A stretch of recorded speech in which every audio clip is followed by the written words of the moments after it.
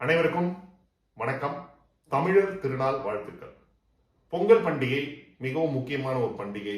நம்முடைய சொந்தங்களை தேடி எல்லாருமே போவோம். மக்கள் ஒருத்தரோட ஒருத்தர் மீட் பண்ணுவோம். முக்கியமா நகர பகுதிகளிலிருந்து கிராம பகுதிகளுக்கு நிறைய பேர் போய் அவங்களுடைய சொந்தங்களை பார்ப்பாங்க அப்படின்றது சந்தோஷமான விஷயம். உறவுகள் அப்படின்றது வாழ்க்கையினுடைய ஒரு மிக முக்கியமான ஒரு பார்ட். இந்த உறவுகள் இல்லை அப்படின்னா வாழ்க்கையே கிடையாது. இப்போ அவ்வளவு முக்கியமான உறவுகளை நம்ம இது மாதிரியான ஒரு அக்கேஷன்ஸ்ல தான் பார்க்க முடியும் அப்படின்றது ஒரு கூடுதலான விஷயம். அது மாதிரி பண்டிகை காலத்துல தான் பார்ப்போம் அப்படின்றது. ஆனால் உறவுகளை பார்க்காம இருந்தா என்ன ஆகும்? உறவுகளை நம்ம பார்க்கல, அது கூட சாதாரணமான உறவு கிடையாது. நம்மளுடைய ஒய்ஃபு, நம்மளுடைய குழந்தைகள் இதுமெல்லாம் பார்க்க முடியாம போச்சுன்னா என்ன ஆகும் அப்படின்னா யோசிச்சு பார்த்தாலே ரொம்ப பயமா இருக்குங்க. அது மாதிரியான ஒரு நிகழ்வு உலகத்துல நடந்திருக்கு. என்ன அப்படின்னு சொல்லி பார்த்தோம் அப்படின்னா 1949 ஜெர்மன் ரெண்டா பிரியுது. எதுக்காக பிரியுது அப்படின்னா அதுக்கு முன்னாடி அவங்கள நாலா வச்சிருந்தாங்க செகண்ட் வேர்ல்டு வாருக்கு அப்புறமா. அப்புறம் 1949 ரெண்டா பிரியுது. இந்த ரெண்டா பிரிஞ்சதுக்கு அப்புறமா என்ன ஆகுது அப்படின்னா 1950 அந்த கிழக்கு ஜெர்மனி மேற்கு ஜெர்மனி இந்த ரெண்டு ஜெர்மனியில பாத்தீங்கன்னா மேற்கு ஜெர்மனி நல்ல வளமாக ஆகிறது. அங்க இருந்த அரசாங்கம் நல்லா வழி நடத்தி போயிட்டு இருக்காங்க. நிறைய பேருக்கு நிறைய வேலைகள் கிடைக்குது.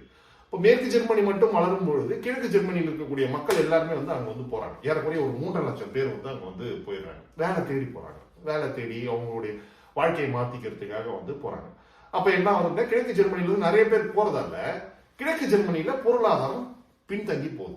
என்ன யோசிக்கிறாங்கன்னா இதுக்கு நடுவில் ஒரு வால் கட்டிடுவோம், ஏதாவது ஒரு ஃபென்ஸ் மாதிரி ஏதாவது ஒன்று பண்ணிடுவோம்னு சொல்லிட்டு ஒரு ஃபென்சிங் போடுறாங்க. முதல்ல இந்த ஃபென்சிங் போட்டு கொஞ்ச நாள் கழிச்சு என்ன ஆகுது அப்படின்னா அப்படியே பெர்லின் அப்படின்ற அந்த தலைநகரத்துல இருந்து ஒரு சின்ன வழி இருக்கு அப்படின்னு சொல்லிட்டு அந்த வழியாக மக்கள் போறாங்க. இதையும் க்ளோஸ் பண்ணணும் சொல்லிட்டு திடீர்னு சொல்லாம கொள்ளாம என்ன ஆகுதுன்னா திடீர்னு கவர்மெண்ட் ஒரு வாழையை கன்ஸ்ட்ரக்ஷன் பண்ணிடுறாங்க.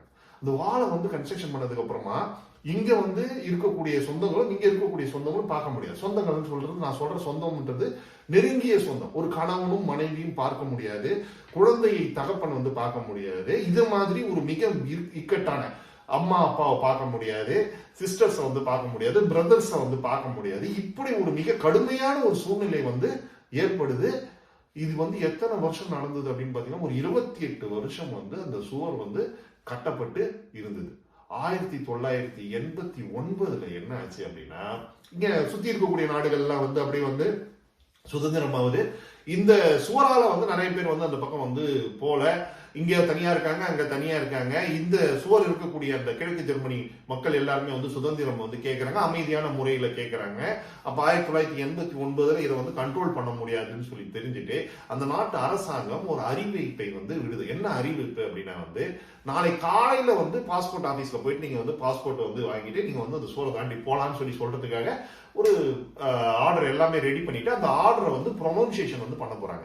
அந்த ஆர்டரை அறிவிக்க போறாங்க.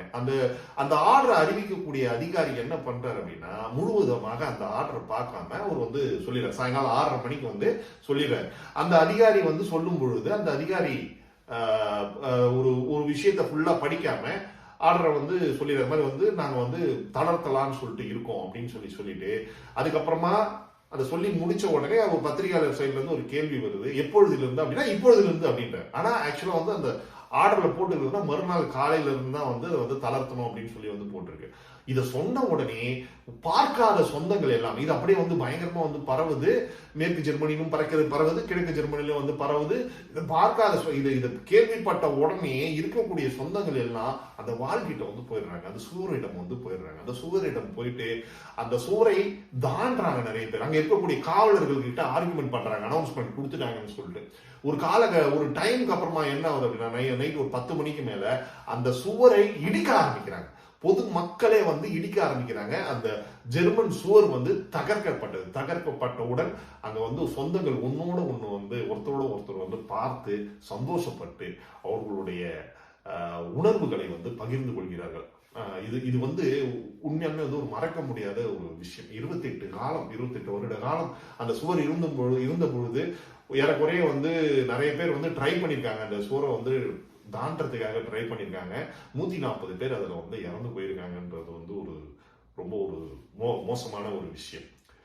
மக்களை நமக்கு கிடைச்சிருக்கிறது வந்து உறவுகள் அப்படின்றது வந்து ரொம்ப முக்கியம். நம்மளுடைய உறவுகள் இப்ப அந்த சுவர் மாதிரி வந்து ஒரு தடையெல்லாம் வந்து எதுவுமே வந்து கிடையாது. நம்முடைய உறவுகள் எல்லாம் நம்ம கூடவே இருக்காங்க, நமக்கு நெருக்கமா இருக்காங்க, நம்முடனே வந்து இருக்கிறாங்க.